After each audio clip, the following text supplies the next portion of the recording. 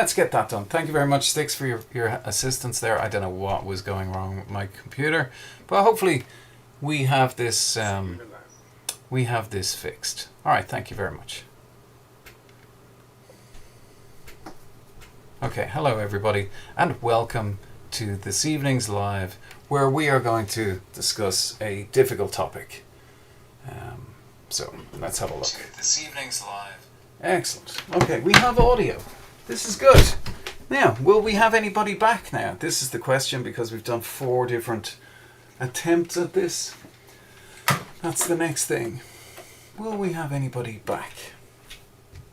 No. What an absolute arse of a piece of software going live is. Thank you very much, computer. Yeah. There we go. Hey, Elusive's here. Right. So, this is what I want. Let's try and bring my head back to where it was in a peaceful situation. Right, we've 5 people. Brilliant. Okay, we're back. Right, so what I wanted to talk about was this thing called Through the Belgica. It's a very little known story. It's about the first it was before Shackleton and Endurance, before Scott and the Antarctic. It was 1889 or 1897 or something like this. The Belgians decided, we're going to go to Antarctic because everybody else is doing the North Pole. We're going to go back. We're going to go to the South Pole. And there was a guy called Amundsen on this expedition, and a lot of people will know who Amundsen is. But the story is recorded by a guy called Cook, and it is one of the kind of darkest, deepest frozen moments in terms of Antarctic history. A lot worse than Scott and the Antarctic, a lot worse than the Shackleton expedition, where they were doing the Trans-Antarctic and they got frozen in the sea. But very similar to that, because they got frozen in the sea. But a lot of the later attempts at the Antarctic were done with the knowledge of the Belgica. So I'm just going to read this. Can everybody hear this? Yeah, just once or twice. Hello, Elusive. Is there anything else anybody wanted to talk about beforehand? I thought that film was happening. It was happening to me. I forgot the name. Hi, Haley. How's things? Good evening. Can everybody hear me okay? That was a bit of a battle. 3 microphones later. And here we are. And there's no crackling, I hope. Hello, Janet. How's things? Yeah, this is a bit of a breakaway from camping. But it's a story I want to talk about. It's a story I think people would like to hear about. But this is kind of an open technology thing at the moment, because technology is just really difficult for doing this sort of stuff. So is that yes, there is crackling, or yes, you can hear me?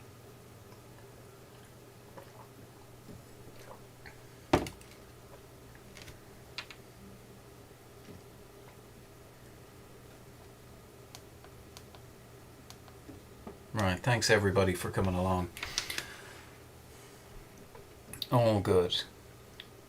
Cool. Okay, so you can all talk there if you want to. I'm not going to get offended by everybody having a chat, and if there's anything you want me to talk about, maybe put it in capitals and just send it out there so that I can read it. There isn't pretty much a topic tonight. I just want to get started on this, and the only way I can start on it is to start on it.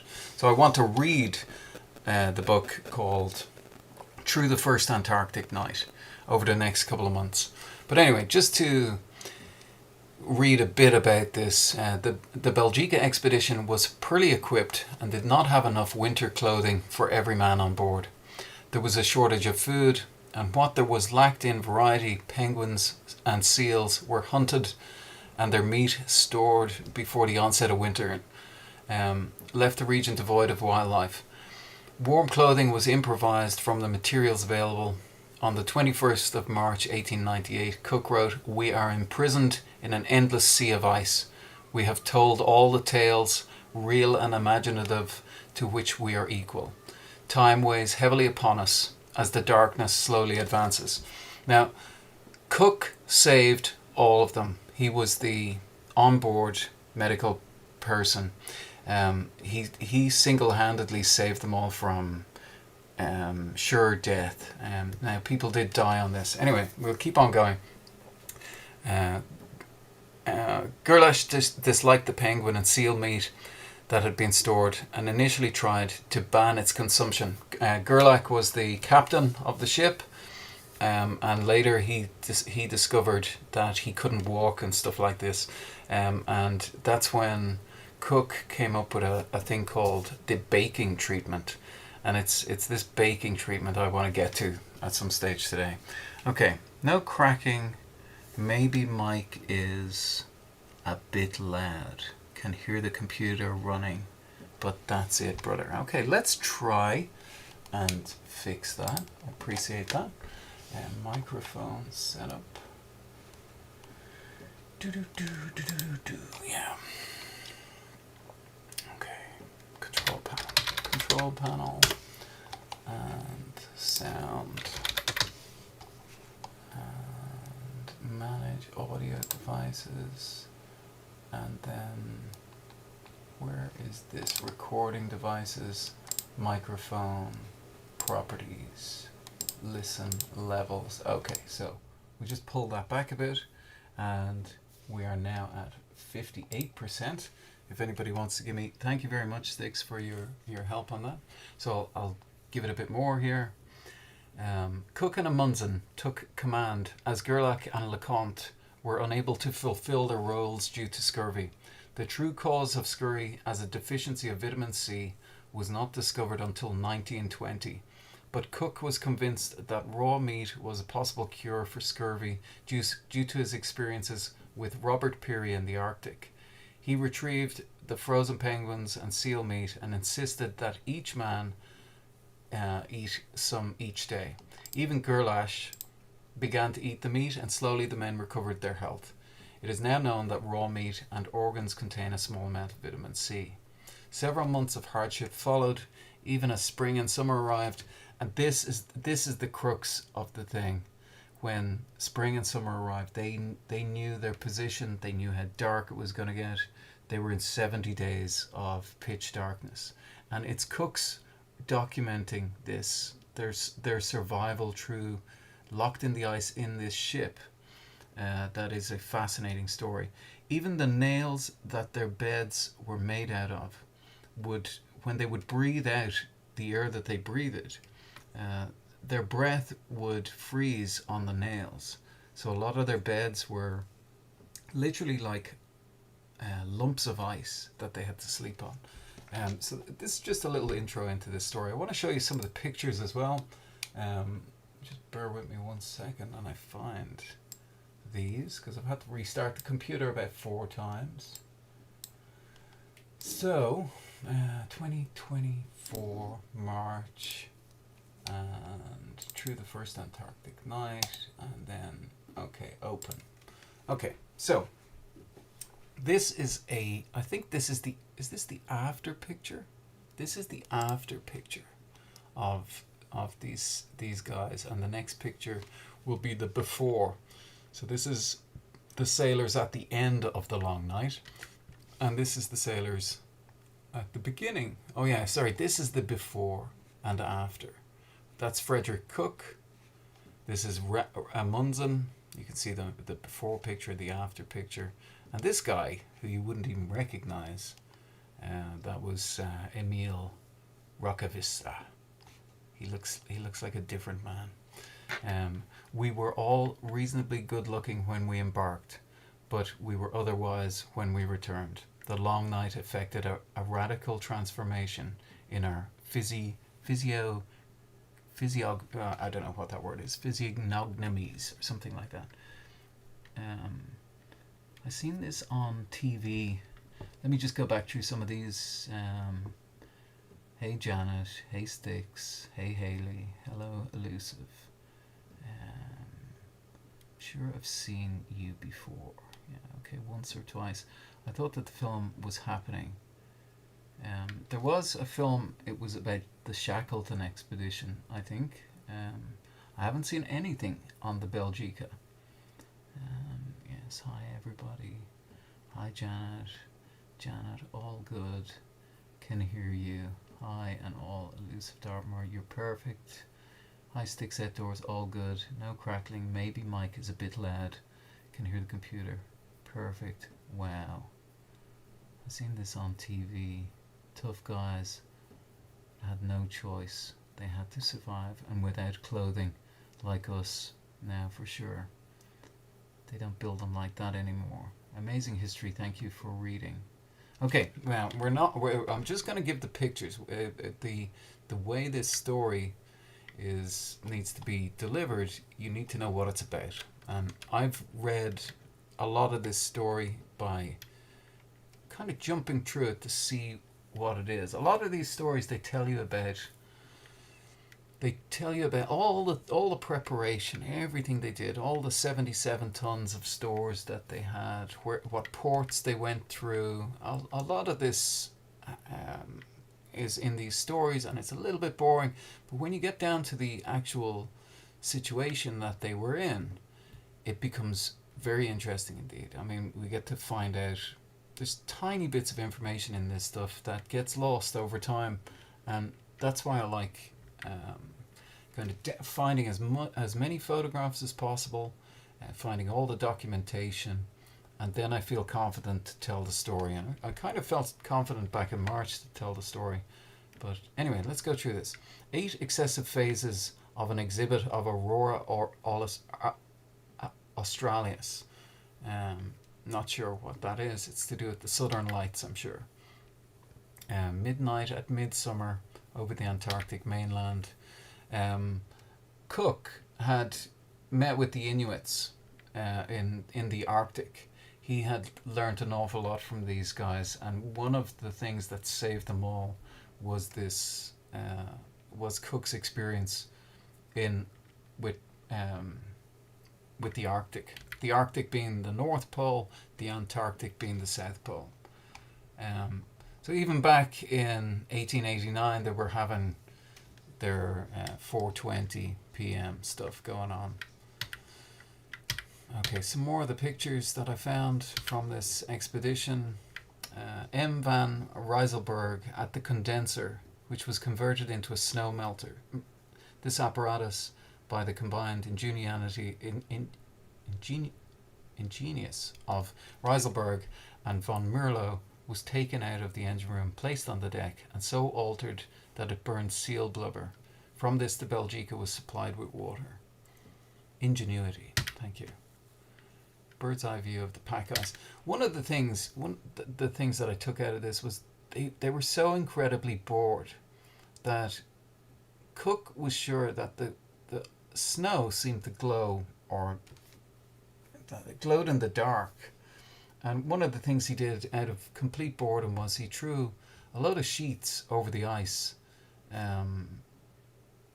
to make sure that the sun or any light couldn't get through to the ice. And at night time he'd take the sheets off, and sure enough he'd see these black patches where the snow was somehow acting like it had fluorescence, like when your watch glows in the dark or something like this. And these are the things I find intriguing when I read these stories. Anyway, let's go on through the pictures. Some of these are Cook's personal photographs from the Antarctic. Sticks, you might recognize this one. This is your teepee that you've built in the middle of the woods, your survival shelter. You didn't get it from anywhere else other than the Inuits. Now, who have we got else? Who else is in here? Kitten Killer, hello. Hi, Elusive. I got lost somewhere on YouTube. Yes, you got lost in my mad attempts to get a live going. Look, it says ONS. One Night Survival on in March. One Night Survival in March. Okay, more photographs. The Belgica pressing southward through the drift ice.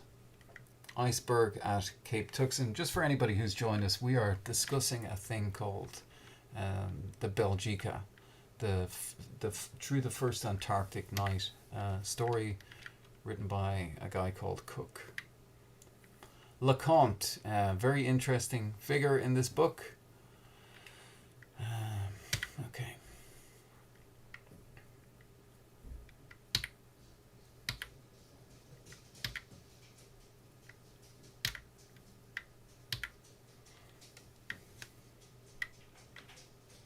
Okay, I'm not sure what this is. The grayness of the first days of the night.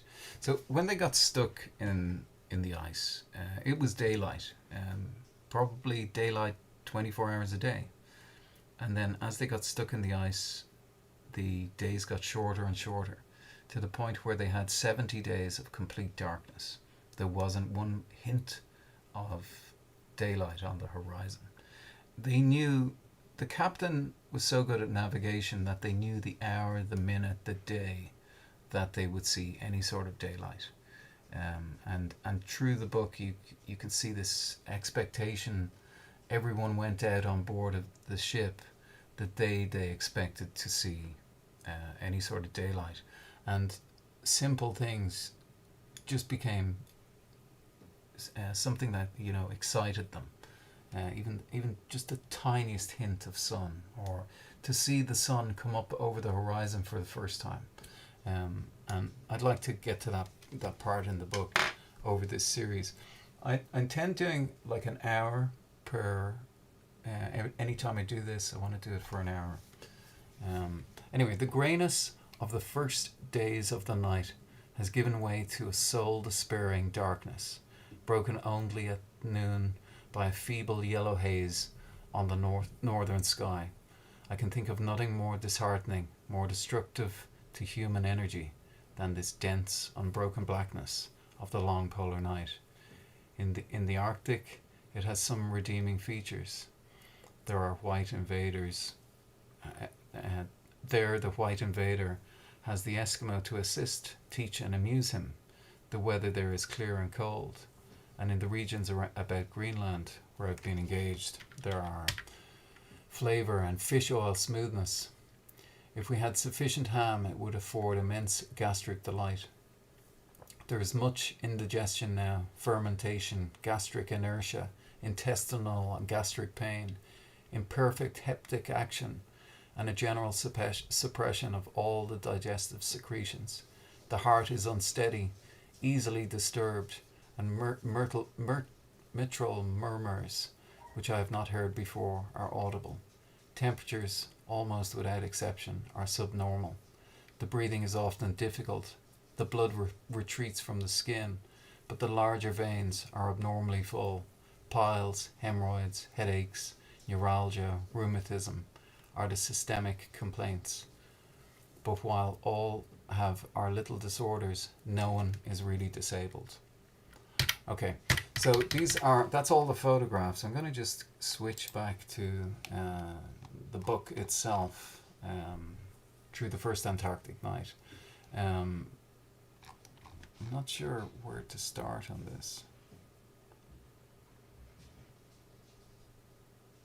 Okay. Now, how's everybody doing?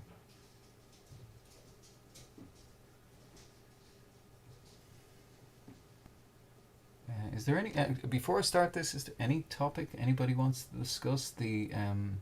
Should we discuss Mick's "I Forgot Me" box? Should we discuss that? Is there anything else we need to discuss? I'd like to discuss that. So, Mick, while you're here, welcome, Mick from Hampshire Outdoors and Survival.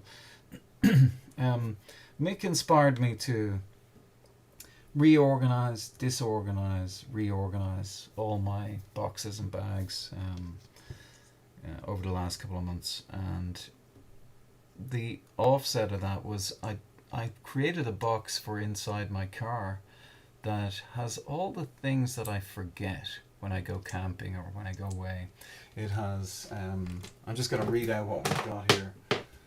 So I have, and this is Mick's influence, I have a classic map, an old map of Ireland that shows me all the roads in Ireland.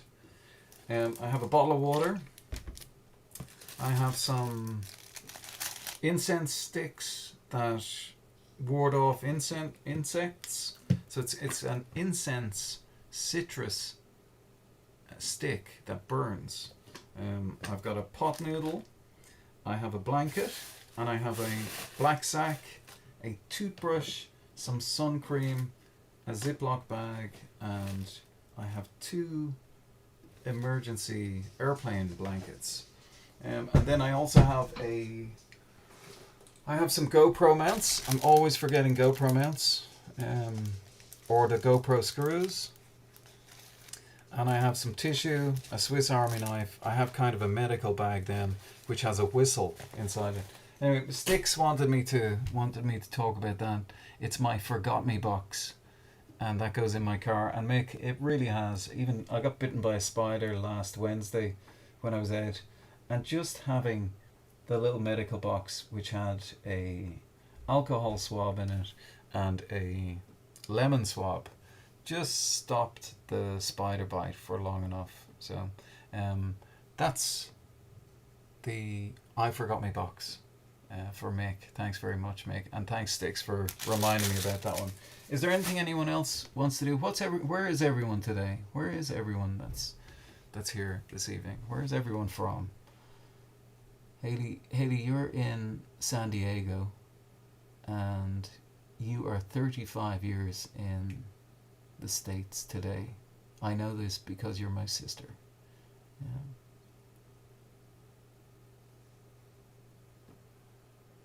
Okay, Cujo Mojo. Yeah, crossing of South Georgia. I could talk about this subject for days. Even anything in the Antarctic, I could talk about for days. Elusive, you're from Planet Earth. I like that one. Sticks, you're from Planet Earth. Janet, you're from the UK. Kitten Killer's from the UK. Elusive Dartmoor is from the UK. Okay, let's move on. Will we move on? Are you ready? 12,783 days. Okay. So you all know it's a boat. They're heading to the Antarctic, and it is prior to any of the stories really about the Antarctic that you may have heard, right?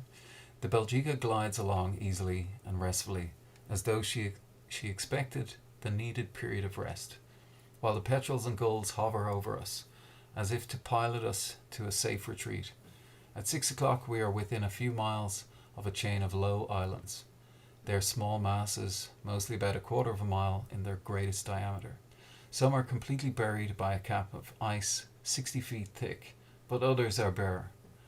The rocks are mostly granite, smoothly polished by the combined action of the sea and the ice. With our glasses, I presume this is binoculars, with our glasses we can see small patches of green and brown moss in sheltered nooks. The snows along the shore are tinged red from penguin habitation and green with sea algae. Scattered all about these islands are a number of large icebergs. The chain of islands and the berg certainly offer us a safe and promising shelter. After steaming into a canal beyond which we expected to lay to, we found ourselves suddenly and unexpectedly surrounded by white crests, under which appeared a circle of submerged rocks. So complete was this hidden circle of danger about us that we could not for a long time find a spot where the distance between 2 rocks was sufficient to permit escape. We dropped a lead 50 fathoms several times but found no bottom. A current rushed over the reefs, and with our full force we could barely make headway against it. In this position, with the swash of the breaking waters coming to us out of the darkness, with the penguins and the gulls screaming premonitions of danger, we struggled against the current, which seemed set to effect our destruction on one of the reefs behind us. Now, this is the journey into the south. The piece that really interested me was when they were stuck, in this. I don't know. I honestly don't know whether to just jump into that. We all know what it's like, what risks they were taking in getting to these places, but that is the question.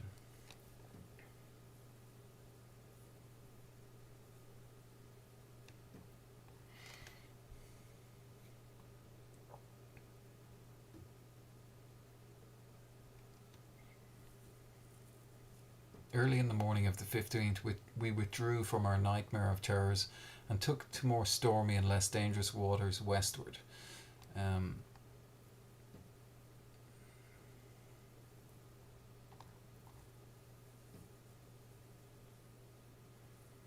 no one feels quite comfortable. We are all inexpressibly tired and sleepy, uncomfortable at, uncomfortable at the pit of the stomach, but nobody admits being a worshipper of Neptune. One is bilious, another has eaten some embalmed beef, some have headaches, others rheumatism. All the symptoms indicate ordinary seasickness, the effects of the sudden throw upon the brisk, choppy sea. I've often noticed this glum feeling come over an entire ship's company after being in an ice or sheltered waters for any considerable time, as we have been. We pride ourselves, however, as being weather-beaten sailors and having passed the nauseating storms of Cape Horn. Okay, so this is it. We're down at Cape Horn, right? We are not going to admit mal de mer, even if we did feed the fish several times during the course of the meal. Feeding the fish, eh? Across the Antarctic Circle, first efforts to penetrate the pack. So it's one thing heading to the Antarctic with a steamship. It's another thing actually getting to the Antarctic continent. Yeah. Okay, let's have a read of the messages here. Hi Janet, I'm not from here, elusive Mick. Kid and I will look after this live. This is the little boat you're talking about. You need 2 accounts. Was the keel down? What? The courage and fortitude required by these men was beyond anything we could understand.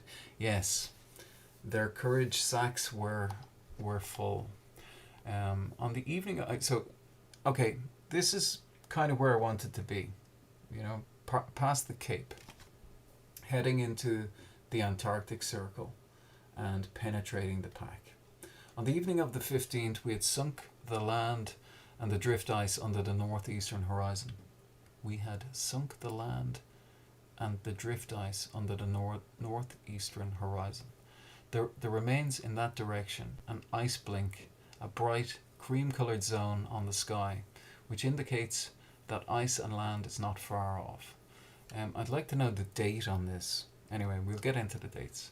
Icebergs are about us in great numbers, but they are all small, hard, rounded masses, showing the effects of stormy seas. None are over 100 feet high, and all have a polished surface with huge blue cavities, into which the sea rushes like a cannon-like roar. Giant petrels, cape pigeons, albatrosses, and gulls hover about the bark in the air.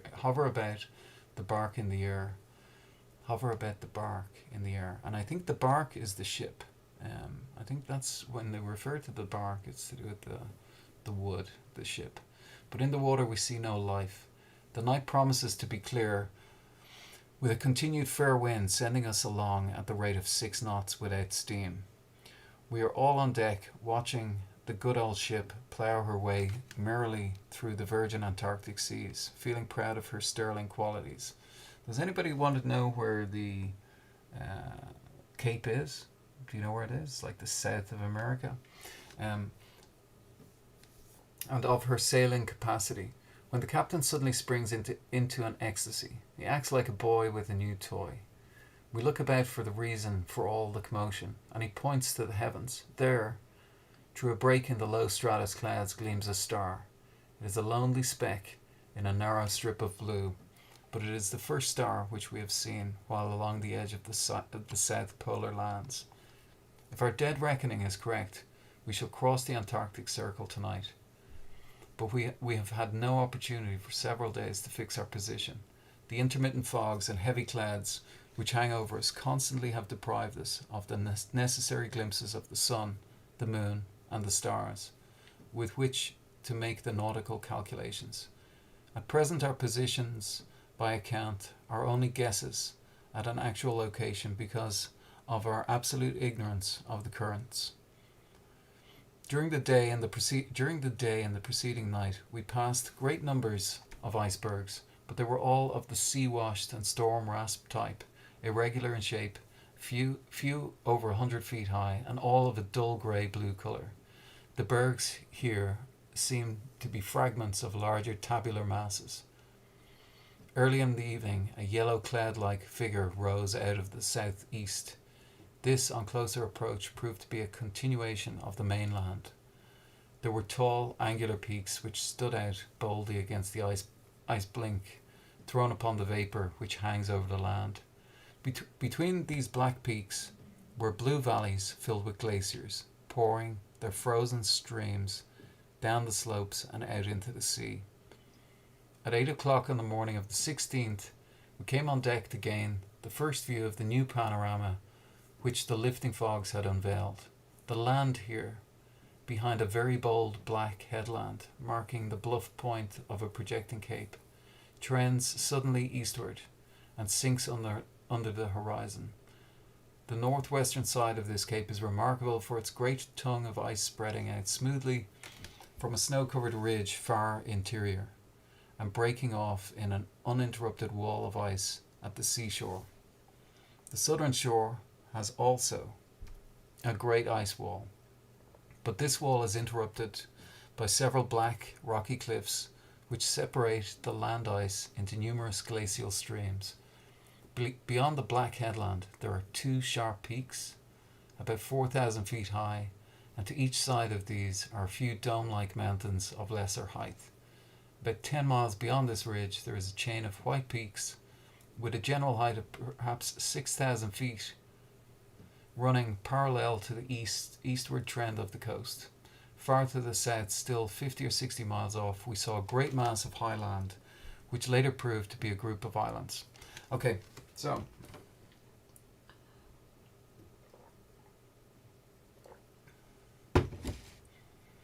Grahamland. We were compelled to set a course southward, leaving open the question as to whether the coast of Grahamland ends here or extends farther poleward.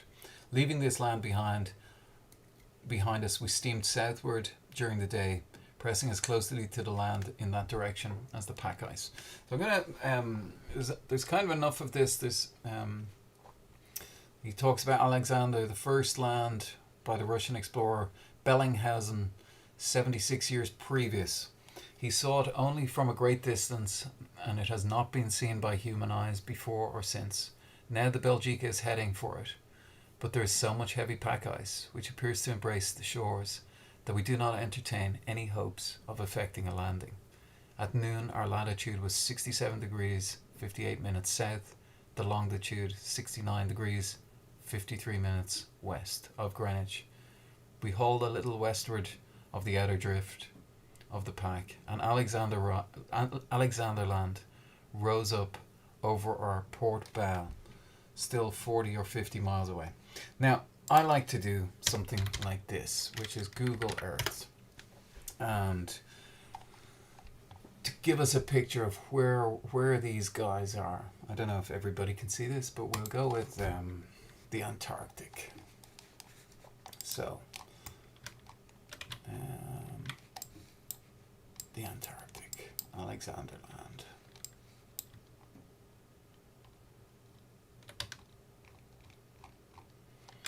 Cape, islands, and this would be like where they're trying to head for. And there's a big rotational ice shelf here that develops. So if you get caught in it, you float around like this and then get spat out the other side. Okay, Alexanderland. Is that what we're looking for? Alexanderland.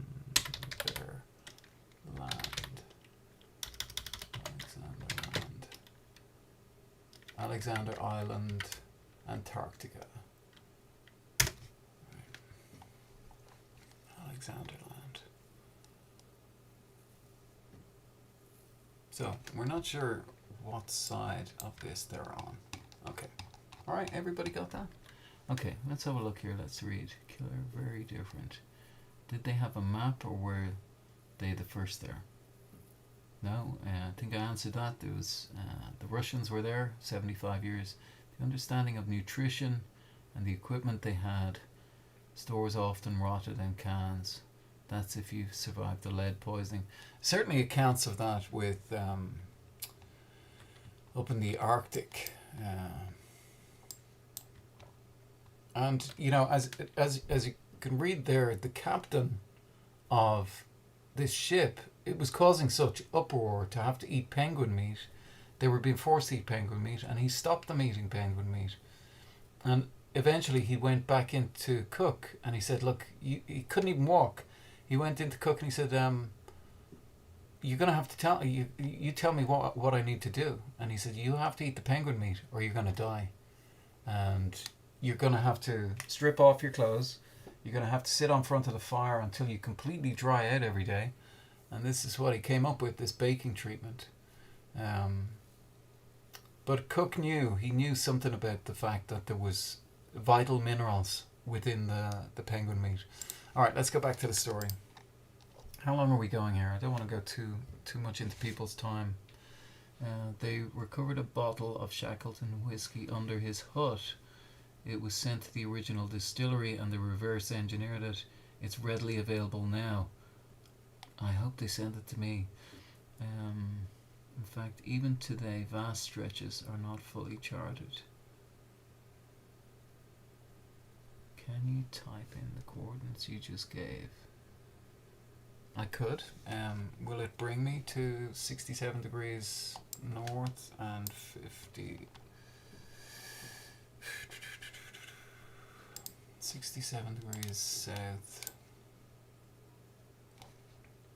So let's have a look where we are here. So that's 67, 68, 67, 67, and what was the other one? 67.58 and 69.53. 69.53. 69.53. So they were over here. 69.53. Somewhere here is where they were, coming up to onto Alexander Land. Somewhere around here. Is that helpful? Alright, okay, let's go back. They have these tabular form. There's a dreamy stillness in the air, in spite of the frequent stirs of wildlife and a charming touch of colour to the sea, the ice, and the land, though the sky is dull, grey, and gloomy. At first glance, all seems white and black, and we are impressed with the weight of an awful snowy solitude into which we are entering. A sense of chilly loneliness is more and more forced upon us by the passing panorama of snow and ice and deserted rocks. But critically considered, after the first pangs of desolation have passed, there are a few of us who find some cheer and colour in the harmony of the perennial chilliness before us. This morning there was a break in the clouds, and through this came a flood of yellow light, which made the bergs and the icy cliffs of Alexanderland stand out like walls of gold. Shortly after noon, a pale blue was thrown over the white glitter of the pack, which increased the highlights, darkened the shadows, and made the moving mass of whiteness as it rose and fell with the giant wave of the sea a thing of gladness.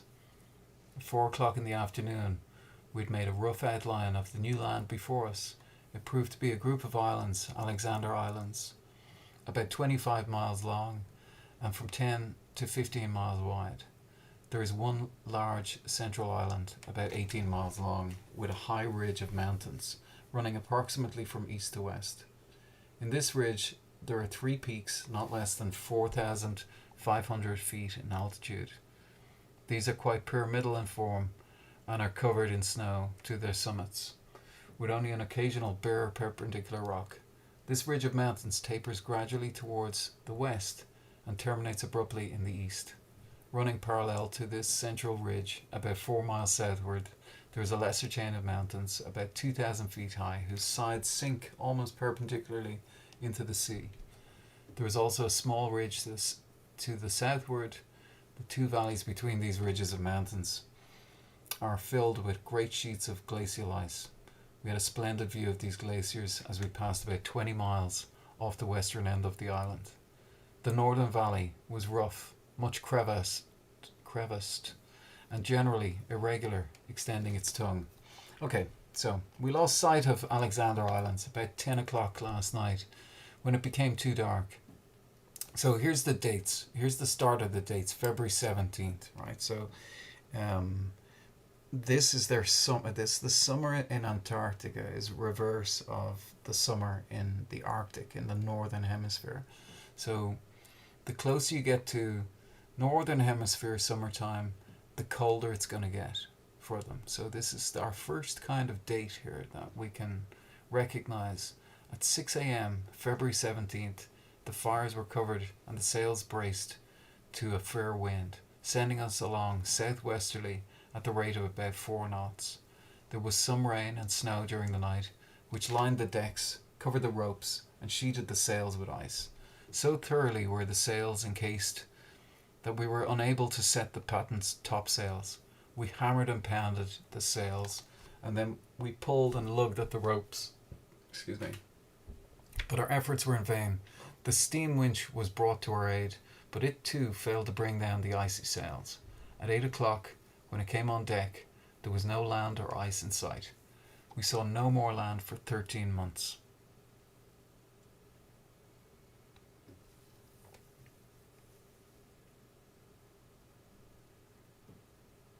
Hey, Elusive, take care. Alright, cool.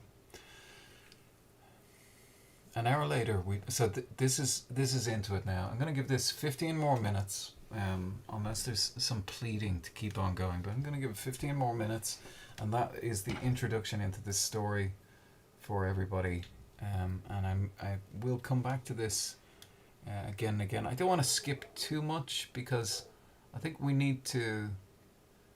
It is a story with so many little things in it. They all add up, and to skip furiously through it just to get to the really gritty bits won't do it justice. It won't do our friend Cook any justice either. An hour later, we passed along the outer fringe of small fragments of drift ice. The weather changed every few minutes. Alternately, we had rain and sleet and fog and snow. Our speed was increasing, and the wind came in strong puffs. We'd seen very few bergs in the forenoon, but the horizon was constantly hazed by thick weather, so we must have passed many without being able to see them. Just before noon, while trying to walk over the slippery decks, my attention was suddenly directed to a dark spot in the fog over our port bow. I watched this for a second or two, for the spot grew curiously lighter as we went on. Everything was stiff and dark and dull. The lookout on the capstan threw his arm easily, but anxiously on the anchor, and leaned over to fix his eye on the same object. But it gave no signal, and I said nothing, for there didn't seem to be anything tangible to report. The captain now walked from the chart table to the port side of the bridge. Just as he caught sight of the curious object, it brightened with a blink, and a fraction of a second later, a great wall of ice, towering far above the mast, stood before us. "Hard a starboard," shouted the captain, with such abruptness and such force that a quiver went deep in the heart of everyone on deck. A few moments later, we grazed the marble-like cliff of a huge iceberg, gliding by so closely that we nearly scraped its knife-like edges. During the afternoon we sailed westerly, keeping the streams of drift ice within sight. There were fewer icebergs as we advanced, but it continued foggy, with alternate squalls of rain and snow, which prevented our seeing to any long distance. The ice which we have passed within the past few days and the pack to the southward are not, at any place, formidable except in the choked channels, Bismarck Inlet, and the inlet north of Alexanderland. If we had awaited an easterly wind, which is prevailing wind of the summer, no doubt we might have forced a way southward along the coast of Grahamland. The season for Antarctic navigation, however, is already past, and if we are not to make a point far south this year, which the Commandant desires, we must push on with all force. Early in the evening the prow was turned southward. With sails and steam, the good ship was rushed through the light streams of drift ice. The sea rolled under her in great inky mountains, and the ice, in response to the wave, gave off a noise like the crackle of a silk garment. At midnight we came to a region where the sea was closely covered with ice, but the pieces were still small and separated by bands of water covered with brash. 6 a.m. February 18th. Those of us not directly connected with the navigation of the bark and the men of watch slept very little last night. The noise of the larger pans as they struck the ship, and the grating and rasping of the smaller fragments as the Belgica was forced through the ice, was such that sleep was impossible. We were all anxious and uneasy. There was little wind, but it was dark and foggy, and the icebergs were everywhere to be expected. Mentally, another berg collision was constantly before us, and every unusual thump suggested a calamity. As the purple grey of dawn illuminated the horizon eastward, our hearts beat more easily, and our minds were more at rest, though the new scene which now lay before us was the most hopeless, icy desolation which to the present it had been our lot to see. All about us the ice was very closely packed. There was a seemingly endless sea of ice, waving on the swell of the great restless waters under us. It was the first really good view which we had of the characteristic ice which covers the limitless expanse of this circumpolar ocean. Farther northward the true sea ice, so much melted and weather-worn, and so much mixed with small angular fragments of icebergs and other land ice, that the pack was a conglomerate mass entirely different from the true pack ice. Now as the sun rose and the mist dissolved, we saw pans of ice on an average diameter of 100 feet, with a thickness of 5 feet, whose surfaces were raised here and there by old wind-rasped hummocks and miniature mountains. In our efforts to push southward, we selected these lanes between the larger pans, but the fine ice so effectually stopped our progress that even by using the full power of the engines, we could not make more than 2 miles in 6 hours. A long and continuous swell of the Pacific was responsible for the steady pressure and forced continuity of the pack. Here also were large numbers of icebergs scattered in the pack, and from a distance they seemed to offer a continuous barrier. While this was not true when the horizon was closely examined, their influence, however, coupled with the power of the great swell of the sea, was an effective bar to further progress. On the ice we see a number of crab-eating seals, mostly in pairs, but some in groups of 5 or 6. They are in a sleepy mood and evidently enjoy the sharp sunbursts which now and then light up the beds of snow and the projecting icy spars with an electric glow. There are a few penguins about, and also some giant petrels, but the ornithological surprise of the day is the countless thousands of terns resting on and hovering about the icebergs. Great rows cover the ridges, and in some places the air is one hustling mass of bird life, all seeming to strive for a place to fly or fighting for a resting spot on the higher angles of the bergs. During the afternoon we saw a black zone along the northern horizon. It was a water sky, indicating that under it there was an open, ice-free water.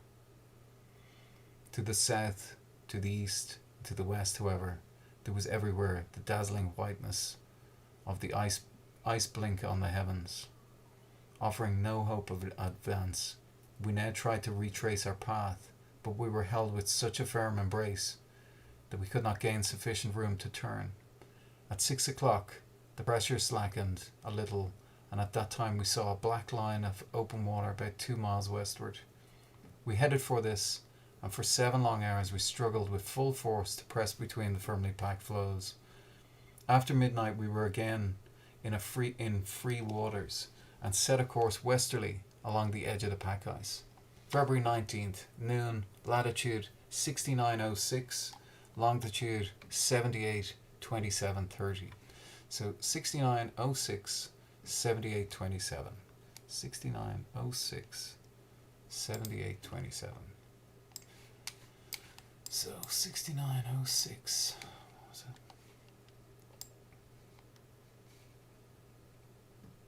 6906. What was that? Latitude 6906, longitude 7827.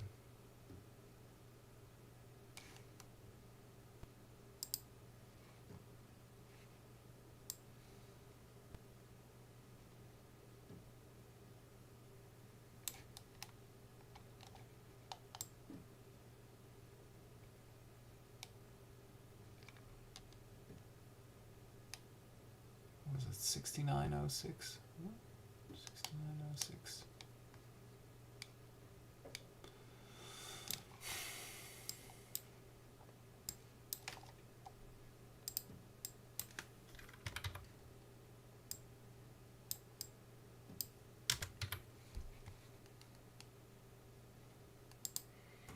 $78.27.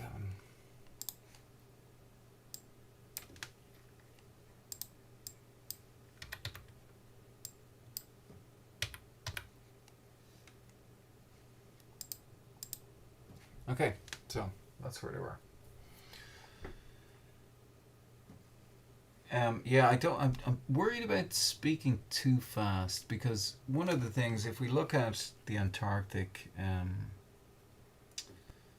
the crossing of South Georgia, for example, Crean, Worsley, Shackleton, they all agreed that they had a sense of a fourth person that travelled with them, the mysterious fourth man that travelled with them over South Georgia. I'd like to kind of think that this is our collective imagination. So, in order for you to kind of get a picture of it, we need to read it right, and that allows you for your imagination to kind of put you where you are or where they were. We don't have many pictures in this story, but I think it is the picture in your mind is an accurate one. That's kind of the way I look at it. Whatever way you see it, if you're kind of like hovering over it, or you see it through somebody's eyes, you see the deck covered in ice. I have this feeling that you're seeing maybe back in time. Anyway, Dave the cameraman. Okay. Dave the cameraman. Yeah, Dave the cameraman. That's it, Mick. Okay. So, let's get to the point where they're stuck in the ice. They're very nearly stuck in the ice. The conditions permitting nautical observations are rare at the edge of the pack, because here the atmosphere is in a constant whirlpool of agitation. Storm, fog, rain, sleet and snow are the normal conditions. One rarely gets a peep of the sun, and if by chance it should break through, it is seldom at noon or at an hour convenient for the captain to make his reckoning. If then it happens, as it has today, that we obtain the observations which fix our position accurately, in this lonely world of desolation, a kind of boyish rejoicing runs along the line of men on the decks, and even in the cabins one hears comparisons. One says, "Now I am 9,999 miles from home. It is noon, but at home they are just taking breakfast." Another says, "Everybody that I love is 9,000 miles over our starboard quarter. They are just entering upon the duties of the day. It has suddenly occurred to everyone to think of home and of civilization, for we are going farther and farther away from the known world of life and comfort into the unknown world of sterility and discomfort. Today we know the exact spot on which we are being thrown about by a great unknown sea of mystery. This knowledge seems to bring us nearer home because it offers us something tangible with which to make comparisons. In reality, however, we are as hopelessly isolated as if we were on the surface of Mars and we were plunging still deeper and deeper into the white Antarctic silence. A man at the verge of starvation takes a certain comfort in knowing, though it is out of his reach, that food exists. So with us, we extract a certain amount of satisfaction out of the numbers which record our latitude and longitude. Today, though, our homes are proven by the figures to be out of all possible reach for months, perhaps for years, and possibly forever. Okay, so thank you very much for getting to this point in the live. We should close it off with something, maybe a bit of music. How was there any crackling on the audio today? Was there anything? Let me read back down through the comments here. Very true. I'm sure it doesn't survival. Clever. You can see where they were on a computer like that. It is elusive. I know you're not here, but I hope you're having a good evening. I watched your video earlier with your survival night. Sales frozen now. That's not good. 13 months living off stores and anything they could find. I say tough people. I couldn't imagine doing it. Proper strong physically and mentally. Yes, wow, 13 months, a long time. Fantastically written, very descriptive. Yeah, it is lovely, and it's easy to read. It's not like I didn't pre-read this, so sometimes you can read something and you can't really get it into human speech, but it seems pretty well done for reading. Anyway, Dave the cameraman, yep, it's brilliant, thank you. If they were stuck for 13 months, they must have not seen the sun for weeks. Permanently night. We're going to come to that. We're going to come to the knowledge when they get frozen in the ice. The knowledge of how many days once the sun sets permanently into what that felt like. And that part of the story is... I really wish I could just start there, but I don't think it's fair to start at that point. Because I don't know how to explain it. It doesn't let you get there without getting there. But that part of the story where they start counting down the days of darkness, and then counting back to darkness, it's one of the most harrowing stories I've ever heard. I think he said 70 days of darkness. Yeah, that's right. 70 days of complete darkness, but on the other side of that was this kind of shitty I'm nearly dark and shitty I'm nearly sunny, tiny bit of daylight coming over the horizon for 10-15 minutes. They could see the sun and the sky changing colour. I think 45 days on either side of the 70 is like this, audio perfect, thank you, keep going. The desperation was showing in the writing. All good. Yeah, that is what comes out of this. Is they are this. It's kind of like a diary of we're going mad, we're losing our heads. People are going. I think he kind of retracted some of this out of the book. Some of the actual things that happened. It was not humorous at all.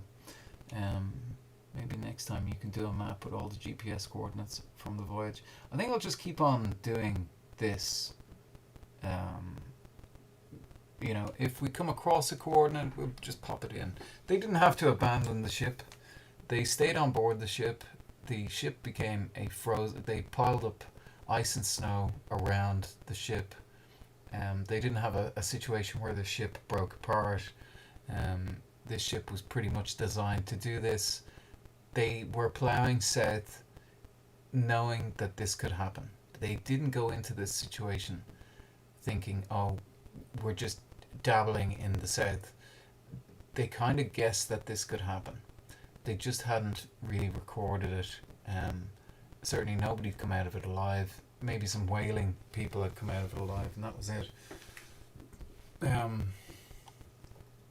Okay, so that's 1 hour in, and we'll come back to this. I don't know if it's going to be next Monday, but I'll leave the live up for anybody who wants to,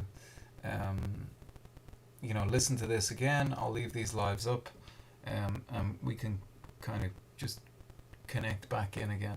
Thank you very much, everybody, for coming. It's been really nice having people that wanted to listen to this topic. I know it's totally random. Somebody said that this channel is about randomness, but I love this stuff. This is the Antarctic is really nice, and it's nice to be able to share it with people. So thank you very much for coming along tonight. And if anybody wants to say anything more, that's it. But good night, everyone. Have a good one. They had such strong will to survive and a faith in each other. Permanent sunrise.